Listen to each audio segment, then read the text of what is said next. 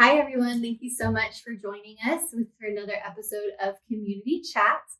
My name is Karen Banta, and I am a real estate agent with Fortune Gable Real Estate here in Piedmont, Oklahoma.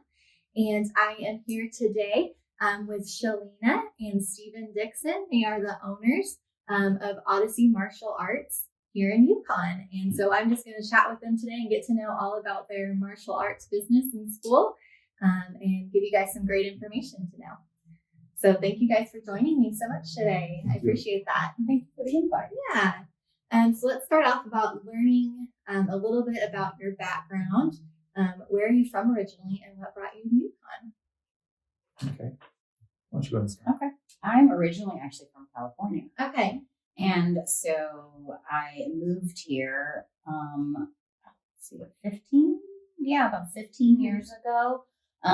Former military, my ex-husband was former military, so it just kind of brought me here, and then eventually it led to a long series of events to us being. I've been in UConn now for 7 years. Very nice. Mm-hmm. And I grew up in Edmond, born and raised in Oklahoma. Yes. But went to school in Edmond.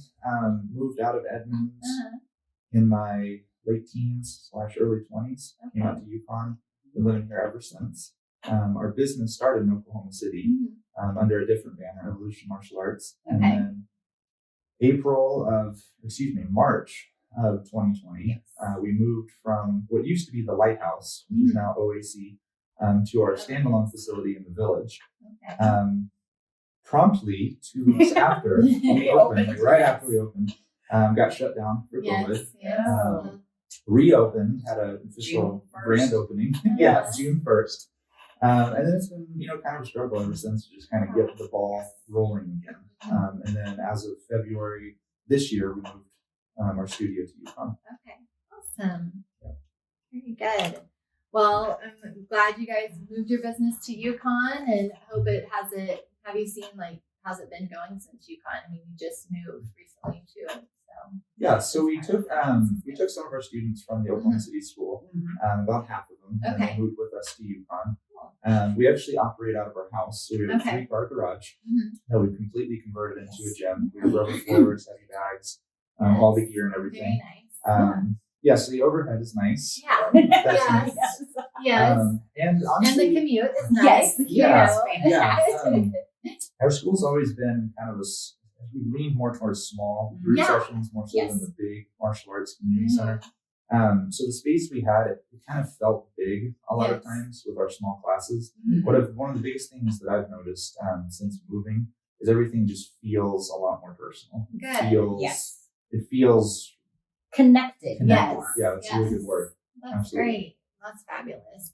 So what led you to opening your martial arts school, and how did you get started? Well, I've been training for the past 10 years or so, and I was training under somebody else, like I said, Odyssey Martial Arts. And I didn't even want to teach. I was doing a different job at the time, and I just started training, started having a lot of fun with it. And then somebody planted a bug in my ear. It's like, you could teach, you could do this. And I'm like, I could do this. This sounds kind of cool. Then an opportunity came up where our instructor moved out of the country, actually. And it was one of two choices. It was either close the whole school down or have some of the students take over and continue the classes. So we're like, well, let's at least try this. Let's try it, right? Because there's a really cool thing going on. We don't want it to end. Definitely. Let's keep it going. Worst case, it's going to do what it's going to do anyway. Let's give it a shot. Right? Let's try. I found out that I really liked doing it. It was a really fun thing. So I quit my job, my real job, and and I say that because teaching classes is just so much fun, right? Yes. And I was in the corporate world before. Doesn't feel like a job when you love what you're doing. Yeah, exactly. Like the shifts, the teaching classes is the easy part. That's fun. All the work comes outside of that. That's behind the scenes. But I found out that I had a passion for it, and that I really enjoyed what I did. And I was excited to go to work each day, and eventually took over the school completely, and I've been doing it ever since. That's great. It's so good to find something that you love and that you can do for your job. Absolutely. And around that same time, actually, is when Shalina and I met. Okay. I brought her into the world too. Yes.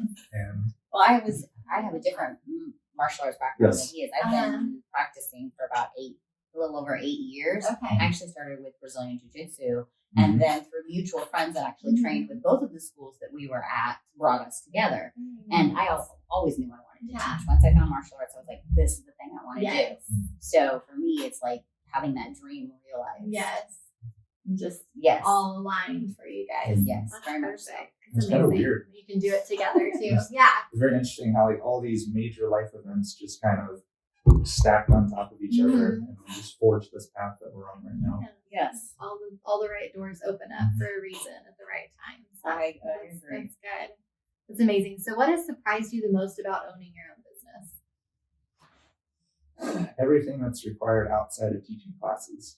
So when I first All of started the business stuff. when I first started Yes. teaching classes, the teaching classes part was the hard part, right? Because it's something new.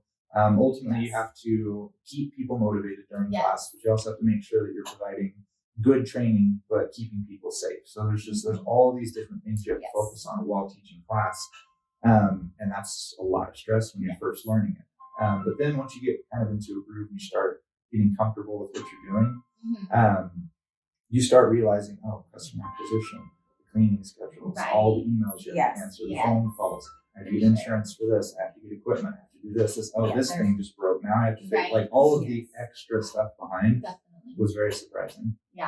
All of the things that go into owning and maintaining and running your day-to-day business stuff. Yeah. We're out of there's a toilet lot. paper. Yes. Just Oh yeah, simple like stuff. you need to have soap. You need to have like things like you need to have stuff for girls in the bathroom. You know, and those are just things you don't think about until somebody asks a question. And all of those things you're like, oh yeah, we do need that. Yes. Oh yeah, and then you have to think about it regularly. Yes, maintaining everything and making sure you've got all of that. So what are some of your goals over the next year rather for your business or personal, either one? Well, we want to focus on obviously maintaining the students we have, and then working on expanding and growing, but also reaching out into the community. We have a couple different ideas that we're working on, and we want to find a way to not only keep the small group that we have and that close connection, because we really love how much one-on-one we can give each student, and we don't want to go past that. We don't want to go to the point where our students are suffering because we're dividing our time, but we want to find ways to actually reach out into the community for us to go out into different places. For instance, go into the schools, the private schools and the public schools, and bring martial arts and bring that thing that we have and bring it into kids in different places so that we can, how can we make the most impact? How can we send out the most positivity? Definitely. That's perfect. What ages, I didn't tell you guys I was going to ask this, but what ages do you teach typically? So we go everything up from, we typically start at 7, but there's some wiggle room for as low as, like 5-ish, 5, 6, something like that.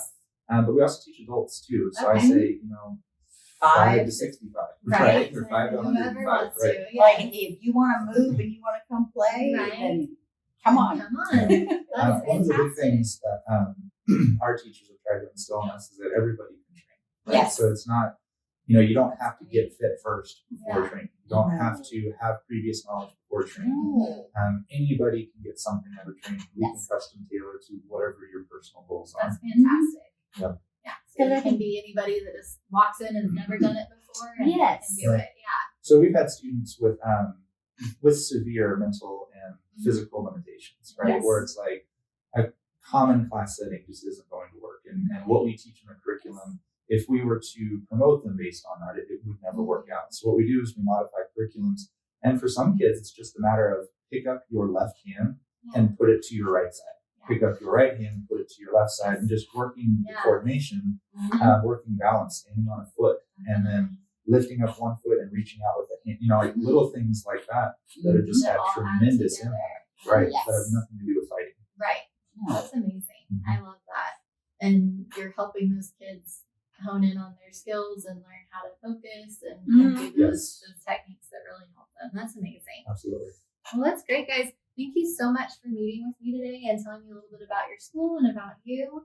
And everybody that's watching, thank you guys for watching. We will link up their website and their contact information so that you guys can check out them and see if you yourself or your child would like to start school and see what they're all about. So If you have any questions, reach out to me. I'm Karen Banta with Fortune Gable Real Estate.